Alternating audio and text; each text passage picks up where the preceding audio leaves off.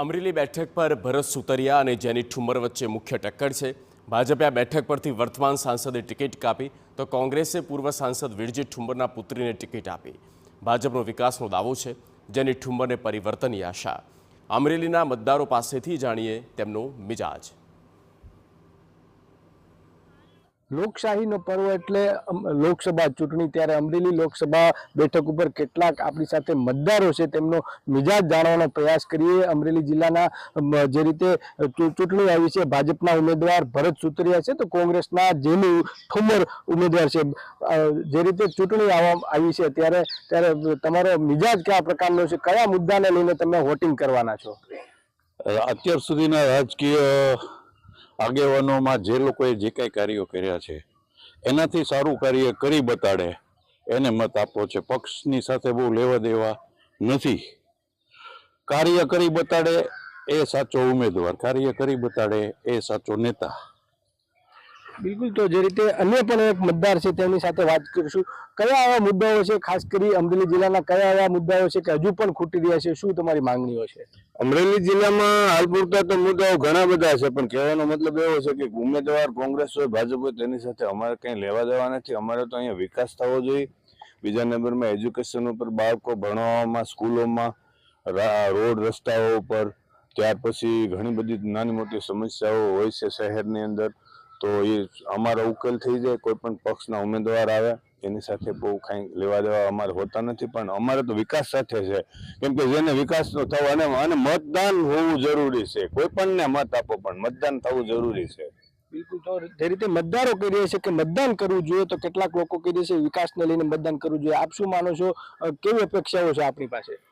ભારતના સંવિધાન પ્રમાણે ભારતના દરેક નાગરિકનો નૈતિક આ ફરજ છે કે જ્યાં ચૂંટણીનો પર્વ છે એ નિમિત્તે પોતાનો મતાધિકારનો ઉપયોગ કરી સરકાર સરસ, રાષ્ટ્રને એક સારી સરકાર મળે, રાષ્ટ્રને એક સારું સુશાસન મળે એ માટેનું મતદાન કરવું જોઈએ। મતદાન કયા પક્ષને કરીએ છીએ એ બહુ મહત્વનું નથી, પરંતુ આપણા રાષ્ટ્રને જે આગળ વધી શકે, આપણા રાષ્ટ્ર વિકાસ કરી શકે અને આપણા આવનારી પેઢીઓ માટે ખૂબ જ સારી રીતે બધી અસ્કયામતો મૂકીને જઈ શકીએ એવા પક્ષને અથવા એવી સરકારને આપણે બનાવવા માટે તમામે 100% મતદાન કરવું જોઈએ। તો રાષ્ટ્રના વિકાસની વાત કરવામાં આવે છે, આપ શું માનો છો, કયા મુદ્દાને લઈને વોટિંગ કરશો આપ? આપણો અમરેલી જિલ્લો છે ખેતી પ્રધાન જિલ્લો છે અને આપણો પછાત જિલ્લો છે। આપણા જિલ્લામાંથી ખેડૂતો અને વેપારીઓ હિજરત બીના કરવા સિટીમાં જવા મળ્યા છે, મોટા સિટીમાં। એ પહેલા અટકાવવું પડે એમ છે। અને મારી સરકારને નમ્ર વિનંતી છે કે આપણા અમરેલી જિલ્લામાં કોઈ ઉદ્યોગ એવા મોટા છે નહીં, એટલે અમરેલી જિલ્લાને 10 થી 15 વર્ષ ફ્રી ઝોન જિલ્લો કરે તો જે કચ્છની પાયા પ્લોટ થઈ ગઈ છે એમ અમરેલી જિલ્લાની થાય। તો રોજગારીને લઈને પણ મતદારો છે તે સવાલ ઉઠાવી રહ્યા છે, આપ શું માનો છો, કયા મુદ્દાને લઈને વોટિંગ કરશો? રોજગારીની અંદર આજ માણસો ગ્રેજ્યુએટ થઈ જાય છે છતાં પણ એને રોજગાર મળતો નથી, તો સરકારે એ બાબતે પણ વિચારવું જોઈએ કે રોજગારીની અંદર લોકોને પોતાના ક્વોલિફિકેશન પ્રમાણે પોતાને જે પોતે ભણ્યા છે તો એ લોકોને પણ રોજગારી મળવી જોઈએ એવું મારું માનવું છે। બિલકુલ, તો રોજગારીનો મુદ્દો છે, સાથે સાથે આ વિસ્તારમાં વિકાસ કેવા પ્રકારનો છે?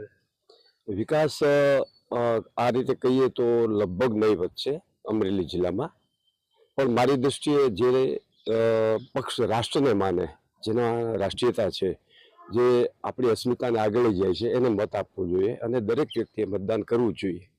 બિલકુલ બિલકુલ, જે રીતે લોકો કહી રહ્યા છે મતદાન કરવું જોઈએ, તો કેટલાક લોકો રોજગારીનો પણ મુદ્દો ઉઠાવી રહ્યા છે। આપ શું માનો છો, કયા પ્રકારનો વિકાસ હજી ખૂટી રહ્યો છે અમરેલીમાં? આપણે સાવરકુંડલા પૂરા ભારતના અંદર લોહ એટલે જે કાંટા, વજન કાંટા, એ પૂરા ભારત દેશના અંદર વિદેશના પણ સપ્લાય કરે છે, પણ એના માટે કોઈ જીઆઈડી છે, કોઈ સગવડ નથી, કોઈ લોન કે એની કોઈ વ્યવસ્થા નથી, રોડ રસ્તા સારા નથી। કોઈ પણ માનો કે અત્યારે જે બાળકો ભણીને તૈયાર થાય એના મા બાપ મજૂરી કરી અને બાળકને તૈયાર કરે તો એના માટે કોઈ ચાન્સ નથી સરકાર તરફથી વધતો કે ભાઈ વિદ્યાર્થીઓ સારી કોલેજ, સારી શાળાઓ કે હોસ્પિટલની કોઈ સુવિધા નથી પૂરી મળતી। બિલકુલ, તો કેટલાક લોકો વિકાસને લઈને વોટિંગ કરવાના છે, તો સાથે સાથે કેટલાક લોકો ઉદ્યોગને લઈને પણ રોજગારીની માંગ કરી રહ્યા છે। તો જે રીતે કેટલાક લોકો રાષ્ટ્રવાદને લઈને પણ મતદાન કરવાના છે, ત્યારે કેટલાક લોકોમાં વિકાસને લઈને ખુશી છે, તો કેટલાક લોકોમાં હજુ પણ આ વિકાસને લઈને નારાજગી છે તો જોવા મળી છે। ત્યારે આવતા દિવસોમાં આ મતદારોનો મિજાજ છે તે લોકસભાની ચૂંટણીમાં જોવા મળશે। જયદેવ કાઠી, TV9 અમરેલી.